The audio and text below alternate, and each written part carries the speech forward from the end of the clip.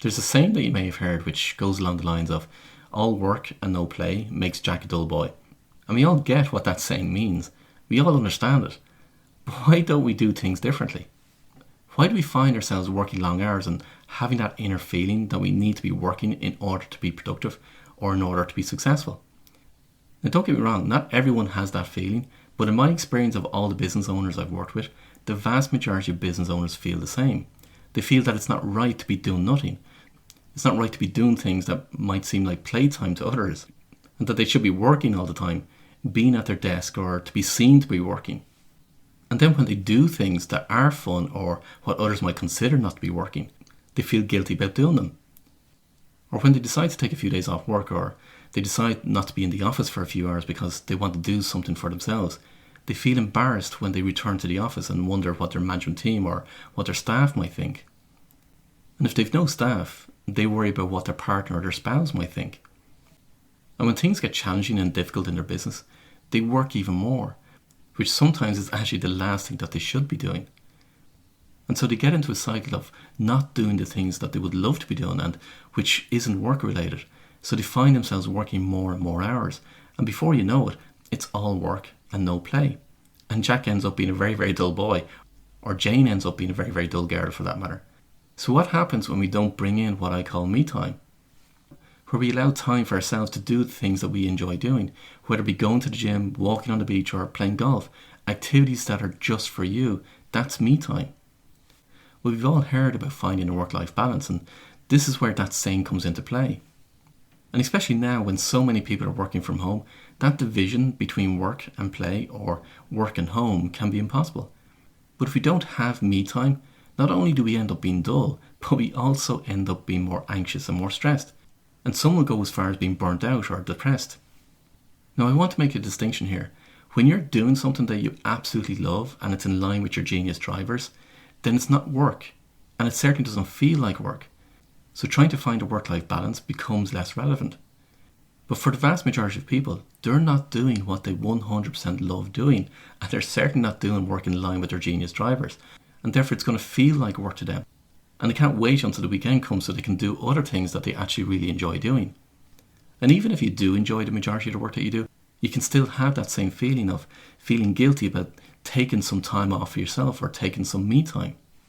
And apart from becoming more stressed and more anxious, we're also not giving ourselves time out and allowing our conscious thinking to switch off. We think that by working on a problem or by keeping doing activities that appear like work, that we'll somehow get to where we want to get to. But actually that's the longest route you can take to where you want to get to. And if you've listened to my earlier episodes, you'll know why. So what's going on? Why do we behave in that way? Why do we feel that we have to be working all the time and that we feel guilty when we take some me time? Well, it's a belief that we've grown up with. And I say that as a recovered workaholic. You see, when you or I were growing up, in our early years, that's when we learnt our beliefs, not just about work, but about every aspect of our life. So in the formative years up to say 7 or 8, the beliefs of others were imprinted onto us. And then from 8 years of age onwards, that belief was reinforced and made solid.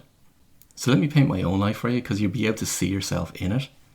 When I was growing up as a kid, there was very little playtime. I mean minuscule amount of playtime. Being one of 7 brothers and with no sisters, you can imagine the amount of work and turmoil that was in the house that my mum had to deal with. So there was a lot to be done. And any time one of us sat down on the couch, we were told to do something. And every day that Dad came home from work, he also had work to do. And on Saturdays, there was also loads more work to be done. Whereas on Sundays, it was a rest day.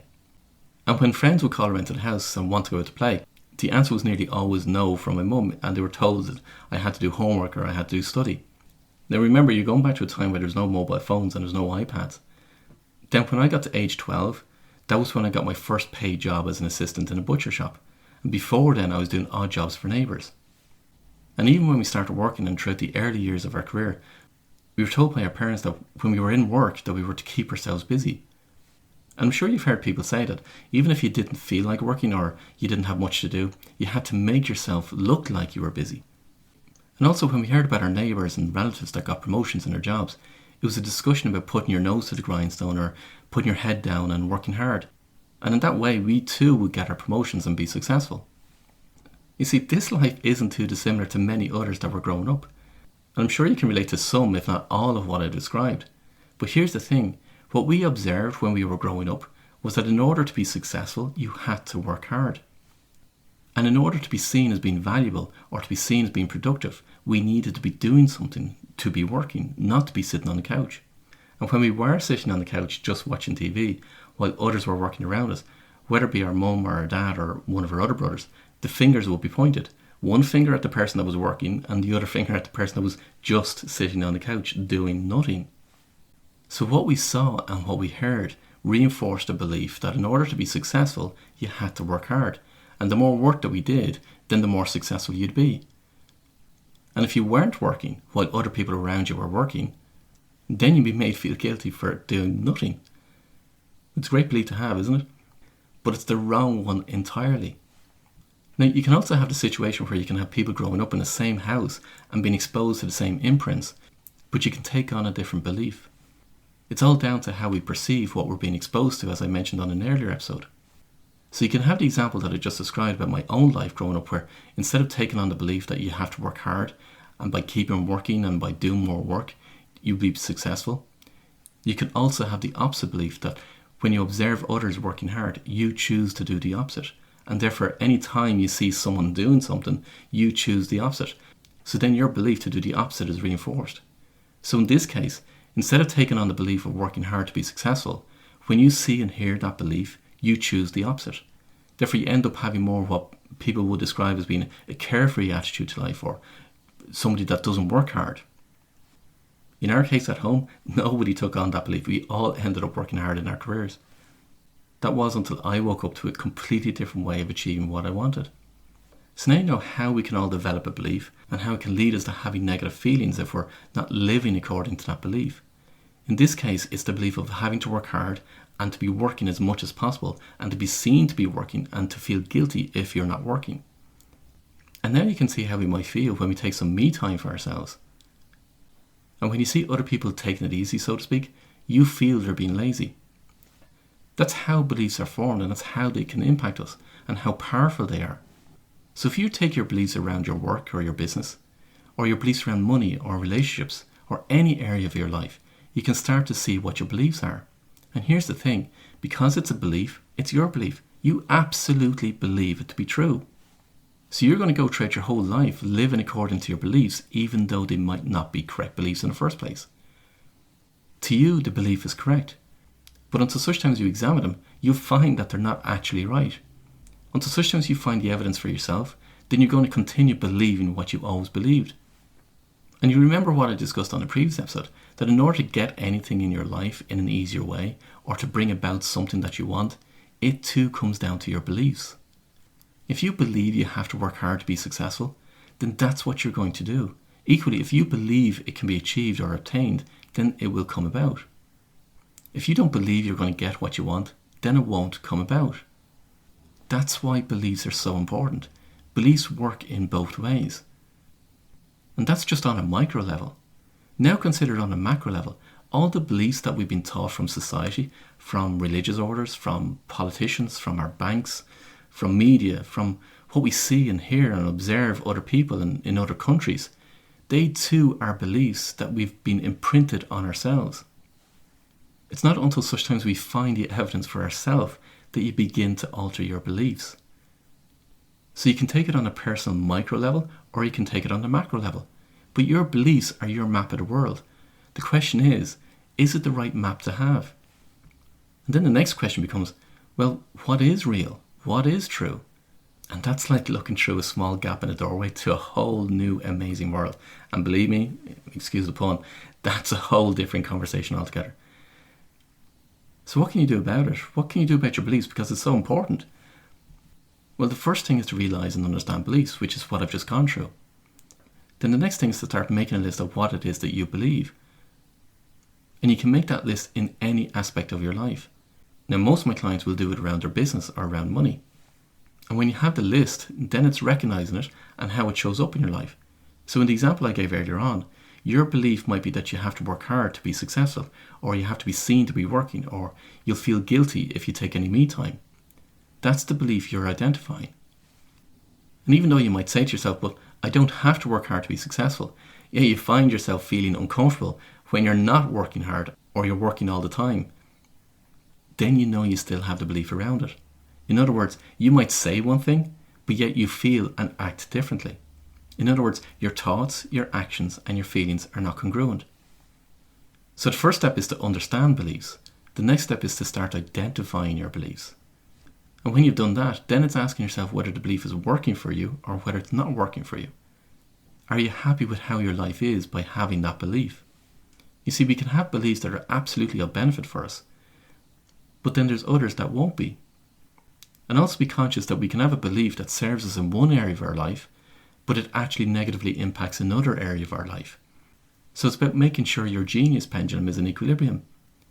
So once you've identified the beliefs that don't serve you, then you need to go through a process to dissolve those beliefs. Now, once at such time as you dissolve the belief, it's going to keep running your life. And if there are beliefs that you want to dissolve, then by all means get in touch with me and I can bring you through the process to dissolve them. Now, take the example earlier where the belief is that you have to work hard to be successful. Is that the right belief to have? Absolutely not.